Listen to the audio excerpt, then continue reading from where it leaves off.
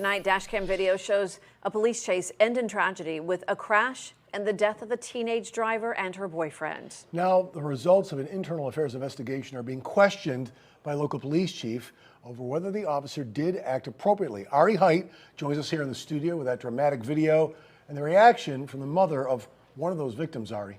And even the driver's mother agrees her daughter should not have tried to run from police. But she also says, hey, her daughter was just a kid, and she believes it's the veteran police officer who should have known better. And whether that police officer officially did something wrong, well, right now that depends on which investigator you ask.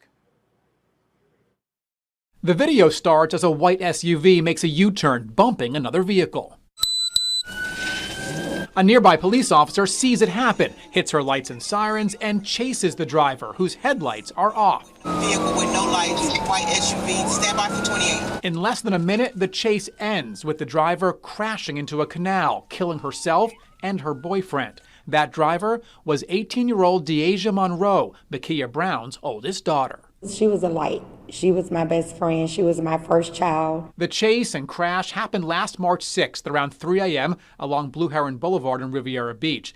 𝐷easia had been planning for prom, planning to graduate from high school. Her mom says she wanted to be a hairstylist, a neurosurgeon, and a pediatrician, all rolled into one. It's been hard. It's been very hard. I find myself crying a lot of days. Last week, city officials released the results of an internal affairs investigation which determined the officer, Sergeant Tabitha Smith, violated department policy on vehicle pursuits, which says officers can only chase if there is, quote, an immediate threat to the safety of the public. But interim police chief Joshua Lewis disagreed, saying in a statement Sergeant Smith acted appropriately because, quote, the vehicle driver immediately fled the scene at a high rate of speed without headlights after hitting another vehicle and was an immediate danger to the public. Brown's attorney calls that ridiculous. This is Blue Heron Blvd.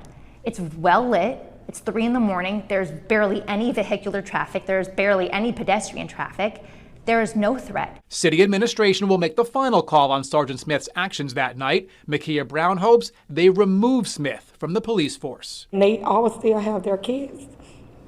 They can still go home and be a family, and I'm missing one, you know, and I just want them to be held accountable.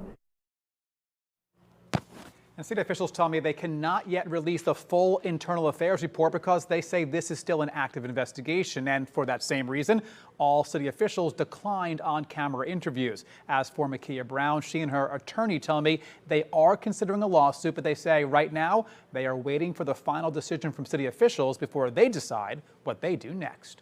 Reporting live, 𝐈𝐧𝐭, WPBF 25 News.